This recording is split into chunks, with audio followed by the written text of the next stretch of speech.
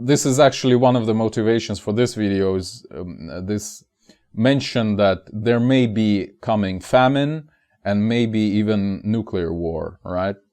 Or at least some sort of nuclear incident, let's call it this.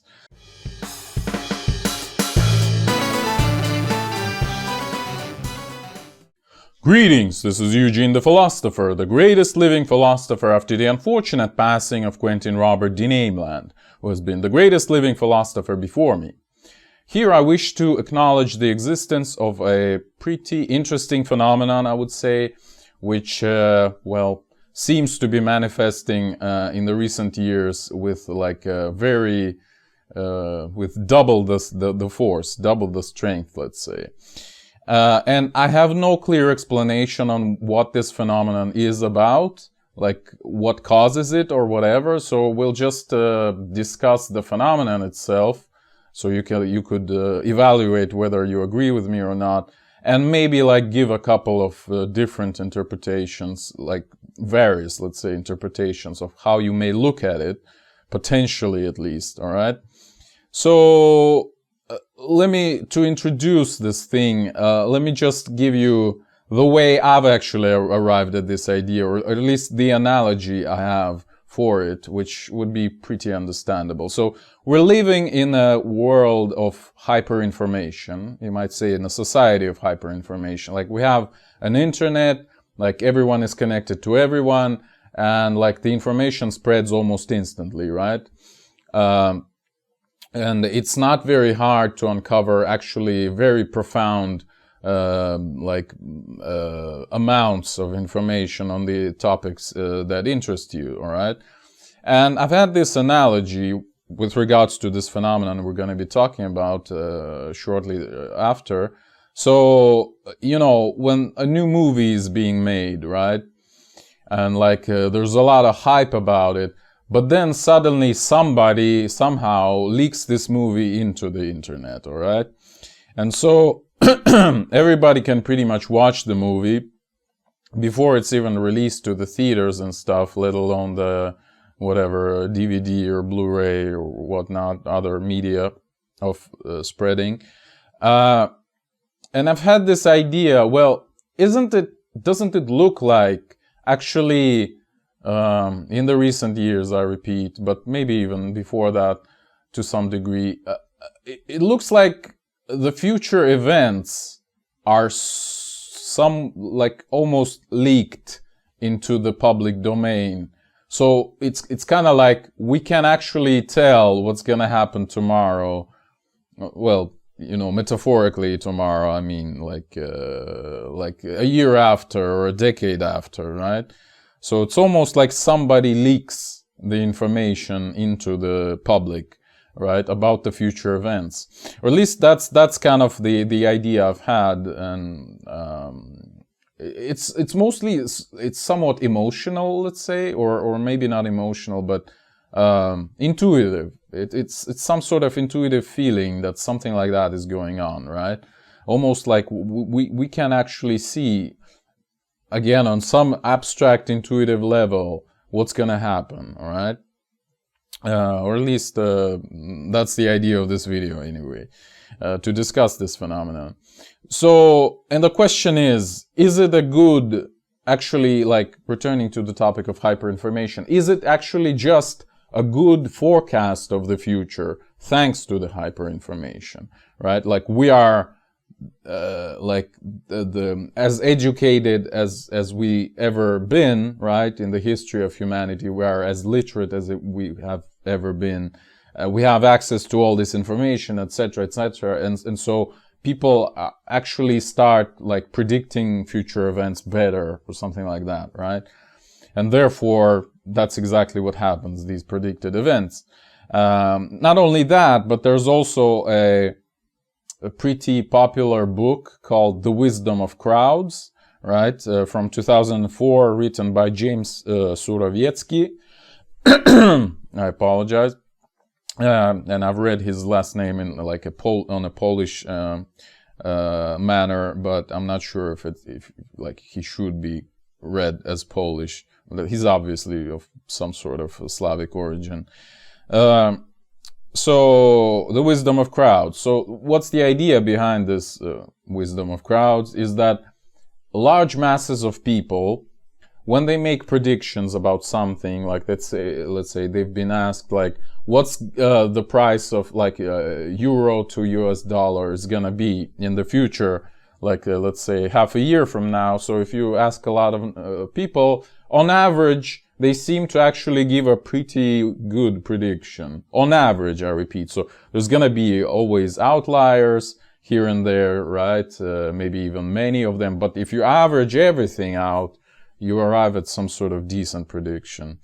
Or at least that's what the book states, and that's what the phenomenon of the wisdom of crowds is about, right? Though, again, it has been criticized, and sometimes rightfully so, let's say. But I won't be getting into too much details about that. But this might be one of the possible reasons of what I'm saying. Like, how can public actually predict the future events or whatever, or at least like, you know, the political alliances or things like that. And yeah, and in the recent years, of course, we've seen quite a bit of, let's say, troubling things in the world, right? With all the wars, like the ongoing war in Ukraine, like with the Chinese flu pandemic, or plandemic, whatever you prefer. And right now we are like, this was one of the motivations for this video, right? What I've mentioned in my talk with, my chat with Jim Wenninger. I'll link it in the description, where we talked about Newton and politics and other things. This is actually one of the motivations for this video, is this mention that there may be coming famine and maybe even nuclear war, right? Or at least some sort of nuclear incident, let's call it this. I mean, it's been, if you think about it, it's been, I'm not actually like making any statements here, but like Fukushima was 11 years ago, right? And it's like the solar cycle, right? If you know what I mean. But I don't actually mean anything. It's just an observation, let's say. So, yeah, and so I'm gonna kind of sabotage my own points here a little bit, but I don't think anyone actually, like, there was no average prediction in the public about the Chinese flu, right? It kind of came out of nowhere. Even though people kind of, there was this mood that something like that is gonna happen, but it was on the same level, I feel like, at least, as, you know, the asteroid falling on the Earth, right? It's like, yeah, it's most likely gonna happen, but it's probably not happening today, right? So people were talking about like a potential pandemic of this sort in this sort of sense, right? Like, okay, it's probably inevitable, but it's not happening today, right? So I'm kind of, yeah. And the same is with war in Ukraine. Like, all the experts were saying, no, the war is not gonna start, etc., etc. See my video, Ukraine special, about this, what I think about the whole shebang. But anyway, oh, and also in regarding the nuclear war, like in the 50s and the 60s, we know that there were constant talks about the coming nuclear war, etc., with the Cuban Missile Crisis, etc. But it didn't happen, right? So apparently it's not always working, right? What I talked about, this phenomenon. But still, again, the motivation was this sort of almost unanimous understanding that the famine is gonna come and the nuclear war is also possible, right? Something like that.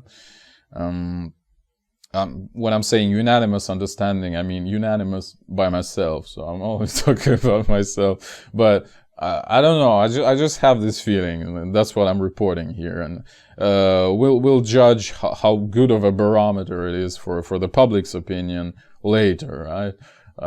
Like, I'm not saying that the famine is gonna come and the nuclear war or nuclear incident is gonna happen, but it feels like this, right? That's what I'm reporting.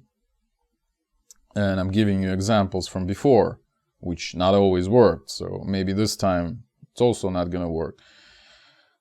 Yet this is the topic I'm discussing in this video. So yeah, you can also think about economic crises, right? So usually, like if you look at how information spreads, it's like the logistical curve, right?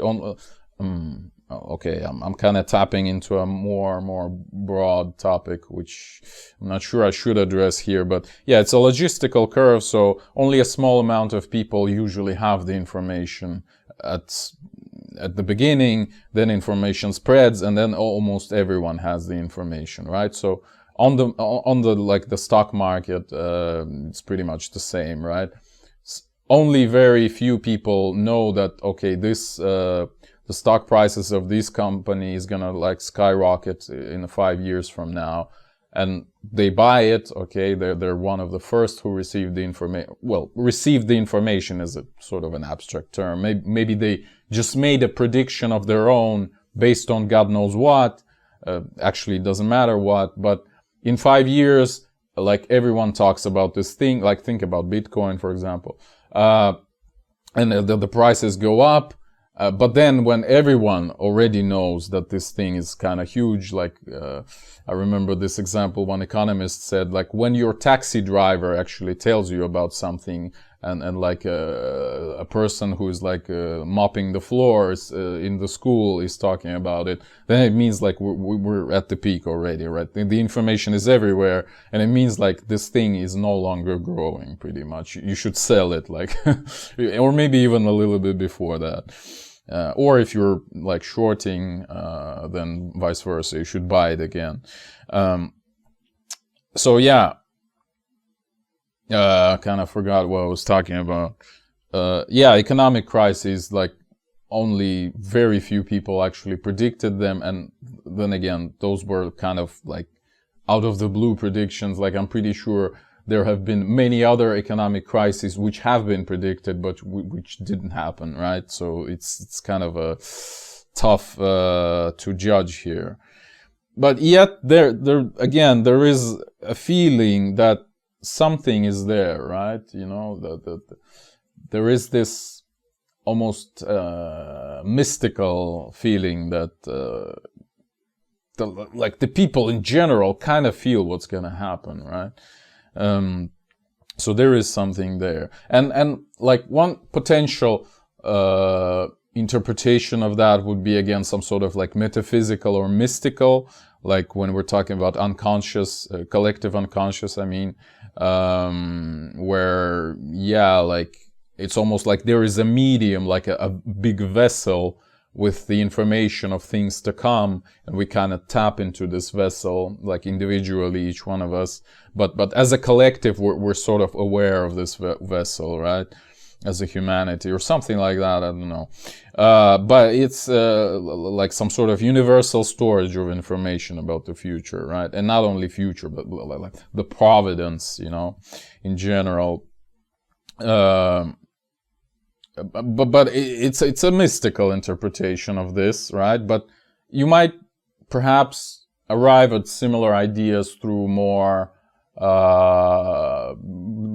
again, sort of physicalist point of view, or more practical, let's say, point of view, where you don't claim that there is like an underlying world of pure truth, of pure knowledge where we gather our information from, but rather there are factors at play which actually do create something like collective unconscious in humans. And well, one of the obvious factors of this, or rather regarding this, is like genetic similarity, right? I've already said in one of my previous videos, and I'm gonna link it in the description, about how the universe is written in genetic code, right? We only perceive what our genetic code allows us to perceive, and therefore, since like humans share like 99.999% the same genes, right? Actually, I'm not sure. I mean, it depends on the metric that you're using, like whether you take into account various things. But anyway, my point is humans are incredibly genetically similar to each other, at least with respect to other living beings, right? So in a way, the universe of one human being is very similar to the universe of the other human being. Therefore, they share a whole wide array of interpretations about the universe, right? Well, that's particularly the thing that allows the language to exist in the first place, right? If we didn't have this similar interpretations of the world, we wouldn't be able to communicate, because how would the other person even recognize what you're talking about if they don't even perceive the world as you do, right? So there's that. And yeah, and on a personal level, of course, when you're like tapping into this, let's call it, I actually made a definition in my video, Nature of Knowledge. Again, I'll link it in the description. I've sort of redefined objectivity, right? I said the story that can be shared, can be told, is what I would call objective. So we're tapping into this objectivity, which is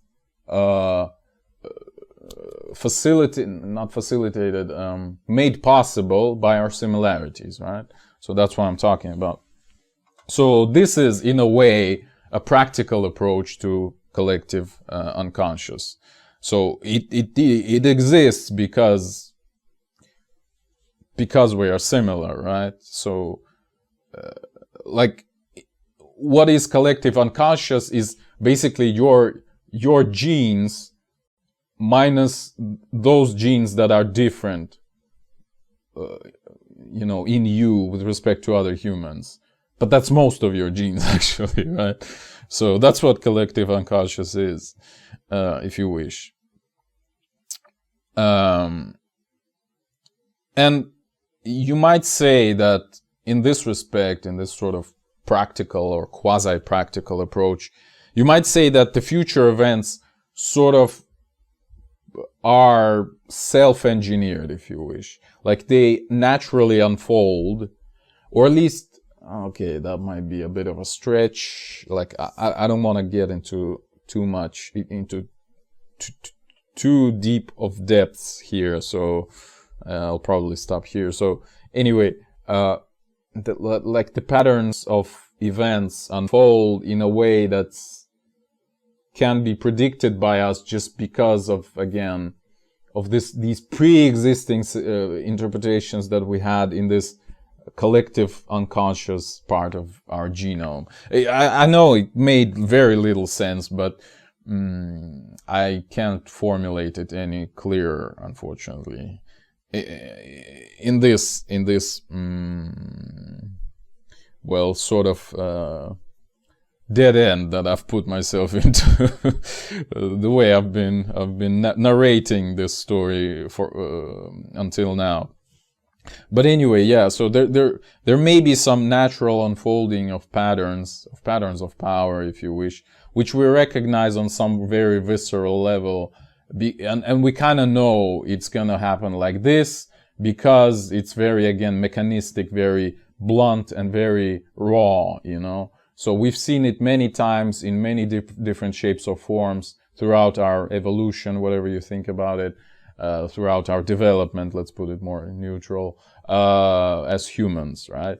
So we've seen it already, and we see like similar pattern unfolding around us, and therefore we see, okay, I kind of know what's going to happen next, right? Just based on previous experience. So there's that. Or, I've already mentioned this word, engineered, and I've asked sort of a question to myself, which I've later answered, at least gave one possible answer, like, is it a good forecast based on hyperinformation? That's what I asked. Like, the future events that we kind of see, how they happen. And obviously there are people who think that the events are generally engineered, not just self-engineered, right? And I'm, of course, talking about conspiracy theories. So the events might be engineered, like, not voluntarily, like artificially, let's say, by people, right? By some people, if you know what I mean. That's another possible interpretation. That's what I'm saying. I'm not saying that I'm spilling any sort of truth right here, right? And yeah, that's entirely possible. I mean, why not? Like, the only sound, in air quotes, arguments against conspiracy theories are actually like, haha, you are stupid, right? What are you talking about? Haha, you don't believe the authorities because they don't say anything like that. Or, haha, let's examine it scientifically, which is also rubbish. Like you may remember, I've already mentioned it in one of my older videos, this paper which debunked conspiracy theories, right? They said that in order to have like an actual conspiracy, even though like generally the term conspiracy theory doesn't only limit itself to like an actual spoken conspiracy, right? There could be a sort of collective unconscious type of conspiracy, you know, when people actually have aligned interests and they act accordingly, and it looks like these people, let's say it's not a very big group of people, they actually act, you know, in accord with each other, like they have an actual conspiracy, like they've talked to each other and planned everything out, right? But it may just be so that they're you know, playing with the cards they've dealt with, but all of them share these interests, and therefore they kind of win in the end, right? So I actually should have made probably a video about this, but then again, it kind of is similar to what I've talked about in one of my previous videos. I don't remember which one, but I'll link it, where I talk about like the analogy with ferromagnetism. I think it was the how your skepticism makes you more easier to control, right? If it's this one, I'll link it. If it's the other one, I'll link that one as well. All right. So yeah, there might be that. But anyway, what is frequently quoted is this stupid paper that I've mentioned already previously, that debunks conspiracy theories by stating that, okay, if we have an explicit conspiracy, so people actually gathered and talked to each other and planned their future actions in order to achieve their goal, whatever it is, like world domination, let's say, or just profits. So apparently, according to this paper, their numerical simulations, according to their models, show that if it's a large amount of people, if it's involving a large amount of people, like I'm not sure what their definition of large is, or I don't remember rather, but actually in terms of statistics, that I'm saying it for myself, like number 6 is roughly where large numbers start playing roles. So it's not necessarily a very big group of people, but let's say 100 people. Let's put it that. Then probably the results of this paper would apply if their models and simulations are correct, but I'm assuming they are. Just like an, you know, devil's advocate, right? So they claim if it involves this amount of people, the conspiracy would fail because the information would leak anyway, right? So a big amount of people cannot hold the information in their circle. It would spread anyway by some means, right? But it's kind of self-defeating, right? This statement, this conclusion, because it doesn't debunk conspiracy theories at all. It actually may reinforce them. Like, what am I talking about? Like, we know about the conspiracy theories. I mean, the content of the theory itself, let's say lunar hoax. We know about this theory. Therefore, if there was a conspiracy, like the paper states, it would be impossible because the information would leak. Well, it has leaked because we know about it, right? So what's the point? Like, did you actually debunk anything? No, actually you didn't. So yeah, so if we know about, like, we've heard about the possibility that some sort of big conspiracy may exist, this is actually not an argument against the conspiracy, at least according to this paper, because the paper actually predicts that large amounts of people involved in a conspiracy would leak information anyway, right? So there you go. So it's kind of a self-defeating type of debunking. But anyway, yeah. So let's return to this more intuitive, emotional kind of thing. So yeah, there is feeling that something's in the air, right? Oftentimes, that people actually kind of almost, yeah, indeed, like tap into this primeval, visceral interpretations which they share, the humanity shares, that is. And they kind of predict future events on some level, at least. Maybe, again, they don't actually think about it too much, but the mood is there, like this very ambient, sort of slowly moving, but very big kind of thing. Speaking very abstractly. But yeah, so something is in the air. And I remember this, another aphorism of Robert Fripp from King Crimson, which I really like, is like, if you wish to know, breathe the air around someone who knows, right? So there's this aura of this sort of almost, again, visceral, bodily, like primeval kind of thing, which we all share. And even if you just breathe the air around this person, you would kind of be in the same aura, and you would share this, some sort of secret knowledge they have, right? So this is kind of the feeling I have at this moment with regards to humanity as a whole. And again, I mentioned this video of Coltrane, I'll link it again, about like how internet actually facilitates it very, very much, right? He was talking about Twitter specifically, how Twitter is like a hive mind of humanity, right? And the internet in general, obviously. So one of the ideas I've had for the title of this video, and I'm not sure I'm gonna use it, but it was like the murmuration of the internet, you know, this murmuration. So like humanity behaves almost like a flock of birds during murmuration. Like the internet allows this quick information transfer, so humanity sort of aligns really quickly, almost like the birds do during murmuration, I mean. I'll probably show you the videos of that, right? Or this proverbial, and again, this analogy of ferromagnetism is kind of applicable here as well. Or these famous phenomena of synchronized cats, you know, when cats do some things like in a very, very funnily, like almost there is a collective unconscious of cats which sort of reacts to some things almost like instantly, right?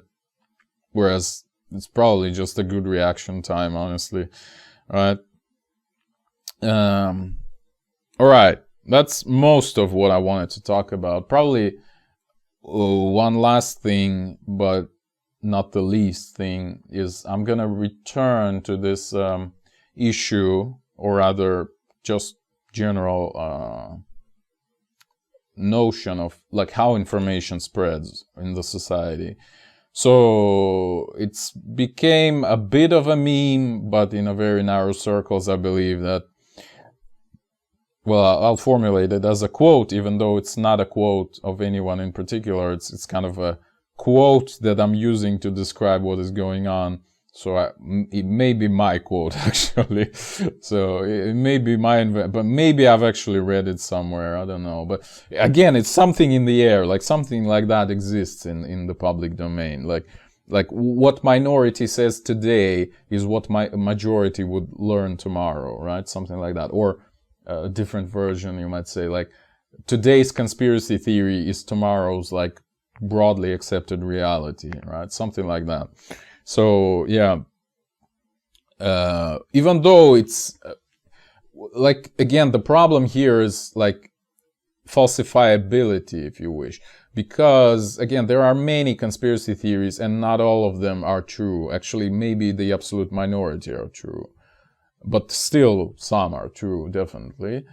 Therefore, like, how do we distinguish, right? What's the good conspiracy theory? What is the genuine, legit knowledge of the minority that's gonna expand into the broader society tomorrow? And what is like a rubbish, like a junk DNA type of interpretation patterns, let's say? I don't know. I have no answer to that. Like, obviously, the answer of the like mainstream, the media and the politicians is authority. Like, you should evaluate the validity of somebody's conspiracy theory or opinion or whatever, judging on their authority. Like, if they have credentials, if they have a degree, if they have a reputation, then it means that it's probably correct what they're saying, right? But that's, again, it's an old hierarchical view, which is completely not working today, not just factually, but also even fundamentally. Like, we're living in a different world already, like, where authority means nothing ultimately. I mean, it still does in the terms of like pure will to power kind of sense, but it should never be the criterion by which you evaluate the sources of information, let's say, even though it practically is most of the time, and even I use it. Like, let's say there are people that I know personally, or not necessarily personally, who say something, and I'm listening more carefully to them than a lot of other people, just because I know that these people are actually, like, let's say, diligent researchers, or they actually know some things that many other people probably don't, etc. So it's also sort of authority, right?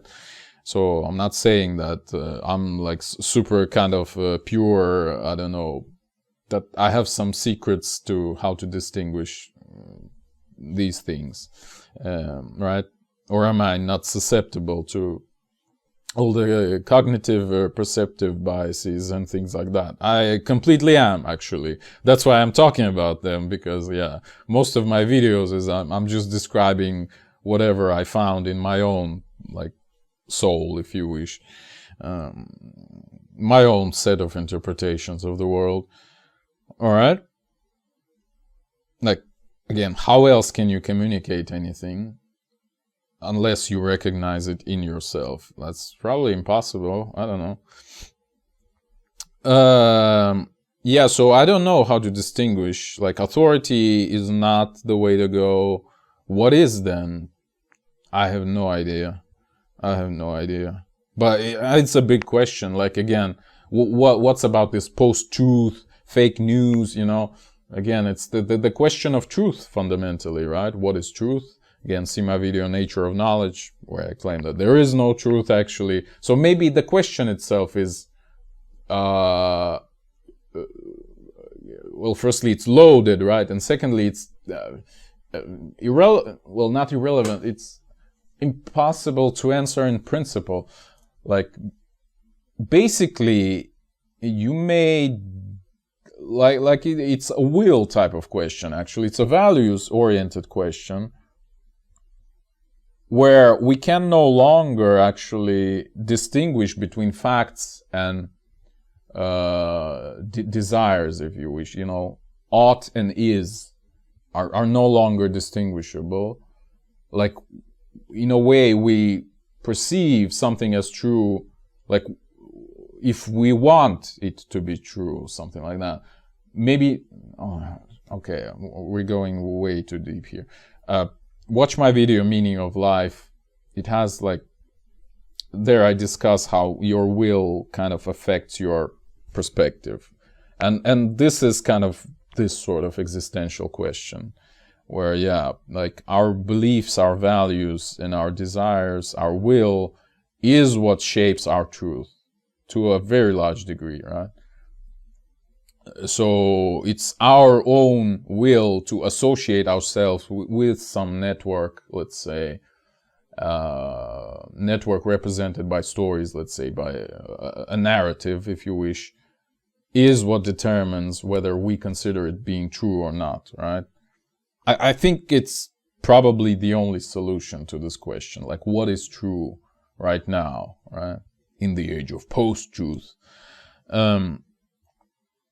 Alright.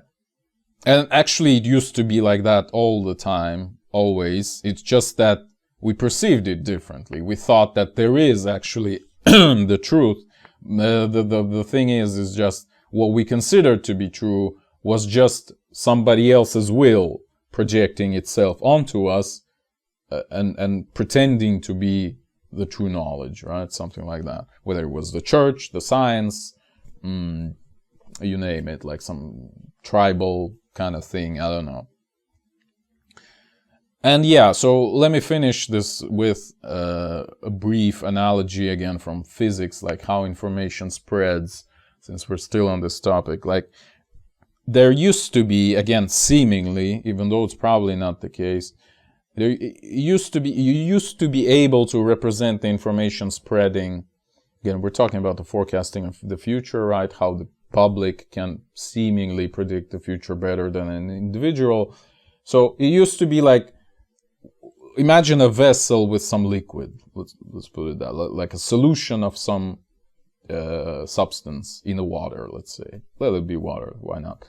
And we have like a point in this liquid, and it's representing society, right? And at some point in this vessel, like something appeared. Like, let's say we put a source of some other substance there, like we inserted a pipe that, like a small needle or something, that spreads this other substance into this vessel. And it slowly spreads, and through diffusion it slowly fills the whole vessel, right? That's kind of a naive way of representing how information spread previously, right? Like a genius scientist arrives at some idea, and they like spread the word around, and over many iterations of this process, the whole public is finally aware of this new idea, and everyone accepts it, right? That's kind of the, again, naive vision of that. In reality, it's actually different. We've had networks of power, and until you actually mobilize a lot of networks of power into your benefit, let's say, or benefit of your idea at the very least, it wouldn't be acknowledged, right? So you actually should firstly convince people that it is true, and then they would, or let's say, convince people that this idea is benefiting them. That's what you should convince them in, right? So you should convince them that this idea is beneficial for them, and then they would accept it on a rational level, like as a good idea, actually. Right? That's how it works, or at least that's how Bruno Latour describes it, and I completely agree. Like, see his pasteurization of France, etc., etc. Also see my video, Pseudoscience and Scientific Pyramids, where I think I describe this process as well. Or it may be some other video, I don't remember, to be honest. So this naive model was wrong, but still, let's assume it worked like that previously, before the internet, let's say, before before faster information spreading. But now, with the internet, this spreading occurs so fast that, like, whenever idea appears, it's like immediately everywhere, right? So this diffusion process occurs in like literally minutes sometimes. Sometimes it's longer, but at least much quicker than previously, all right? So now almost we are forced to perceive this as like a baseline level is just a mixture of two liquids. Like, one is this initial solution, like the society without the idea, and the second one is the mixture of the previous solution plus the new substance that we've introduced, right? The new idea. So it's almost like the difference became not the spreading from a point, but it's almost like there are two layers in this liquid. Well, roughly speaking, if we consider the liquid in two dimensions as a flat surface, we had this initial substance dissolved in the water, and then we added another layer on it, another substance dissolved in the same water, right? So now we have these two layers coinciding, right? In every point in this vessel, there are both solutions present, right? So it's kind of like the situations we have right now, where there is let's say a conspiracy theory. Again, let's go with lunar hoax. Why not? Like, lunar hoax theory kind of permeates the whole society. There's a whole layer of it, and more or less everyone is aware of it. Well, not literally everyone, obviously, but a lot of people, so we'll just go with everyone, all right? So everyone is aware of it, but there was another layer, or actually, there was a layer that the lunar landings were true, the baseline layer, and then we added a layer of lunar hoax, and they coexist, right? In every point of society, in every person's mind, they know both versions of what's happened, right? So, and that's kind of the situation we're dealing with now. We are aware of multiple, often, not always, but often we are aware of multiple interpretations of the same thing. And yeah. And I think I would kind of reinforce my point that I think it's actually the will that ultimately determines which layer you consider to be the more true layer. So yeah, like you can't just distinguish the true sort of information from false sort of information by any other criteria. I mean, you can introduce voluntarily your own criteria, but then again, these criteria are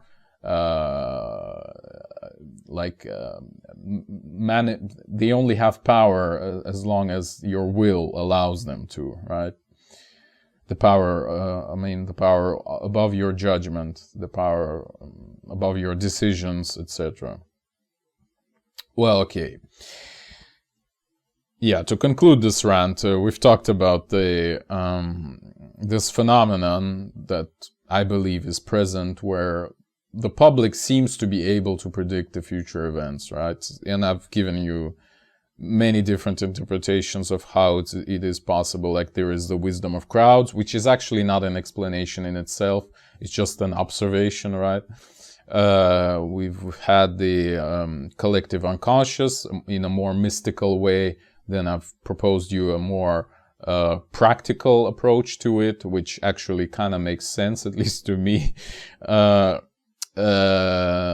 because people are almost identical, right, at some fundamental level, and therefore they would have identical perceptions, and therefore their perceptions of the future could be, not necessarily would be, pretty similar.